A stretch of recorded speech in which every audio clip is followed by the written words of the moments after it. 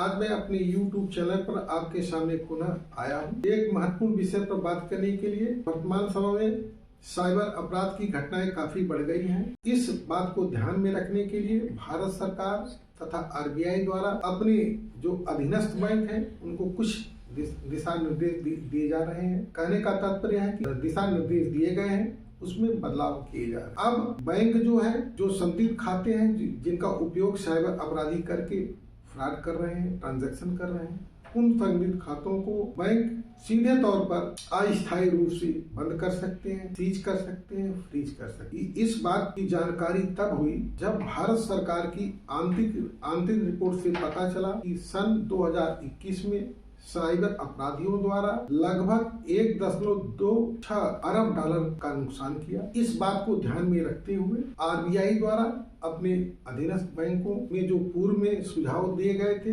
उसमें संशोधन करने जा रहे। एक आंकड़े के मुताबिक साइबर अपराधियों द्वारा लगभग 4000 खाते खोले जा रहे हैं। इन्हीं खातों के माध्यम से धोखाधड़ी करके फ्रॉड किया जाए और प्रत्येक दिन हजारों भारतीयों के जो खाता धारक हैं उन पर फोन कॉल करके उनसे ठगी का प्रयास किया जाए। इस बात को ध्यान में रखते हुए RBI जो अपने पूर्व में दिशा निर्देश दिए गए थे अपने अधीनस्थ बैंकों को, उसमें कुछ संशोधन करनी जा रही है। अब बैंक सीधे तौर पर पीड़ित पक्ष की शिकायत पर संदिग्ध खाते को अस्थायी रूप से सीज कर सकते हैं, बंद कर सकते हैं। पहले एक व्यवस्था थी कि पीड़ित पक्ष को थाने में जाना पड़ता था, अपनी शिकायत दर्ज करानी पड़ती थी, तब जाके खाता सीज। भारत सरकार की बैंक नियंत्रण संस्था तथा भारत सरकार की जो धोखाधड़ी साइबर अपराध से धोखाधड़ी की संस्था है, इन संस्थाओं ने यह निर्णय दिया है, सुझाव दिया है कि इस प्रकार के जो संदिग्ध खाते हैं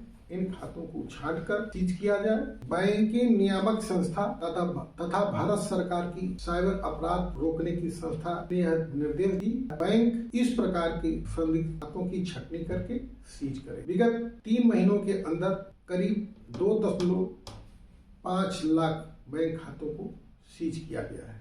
अतः आप लोगों से अनुरोध है, यदि आपके मोबाइल पर कोई अननोन कॉल, वीडियो कॉल या वॉइस कॉल आता है और उस कॉल पर पैसे की डिमांड की जाती है, डरा के धमका के कि आपका लड़का किसी सेक्स रैकेट में फंस गया है या ड्रग्स में फंस गया है, पुलिस अधिकारी बनकर या क्राइम ब्रांच का अधिकारी बनकर पैसे की डिमांड की जाती है, तो आप पैसे का ट्रांजैक्शन न करें, क्योंकि कोई भी पुलिस अधिकारी इस प्रकार मोबाइल पर पैसे की डिमांड नहीं करता है।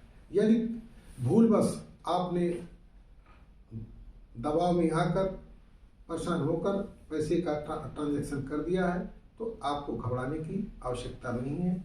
आप तत्काल 1930 नंबर पर जो साइबर अपराध का नेशनल नंबर है उस पर आप शिकायत दर्ज कराएं और शिकायत दर्ज कराने के बाद आपका जो पैसा ट्रांजैक्शन हुआ है वह अपराधी के खाते में सीज हो जाएगा। जितनी जल्दी से जल्दी आप करेंगे आपका पैसा उतनी ही जल्दी से वापस आने की संभावना बनी रहेगी।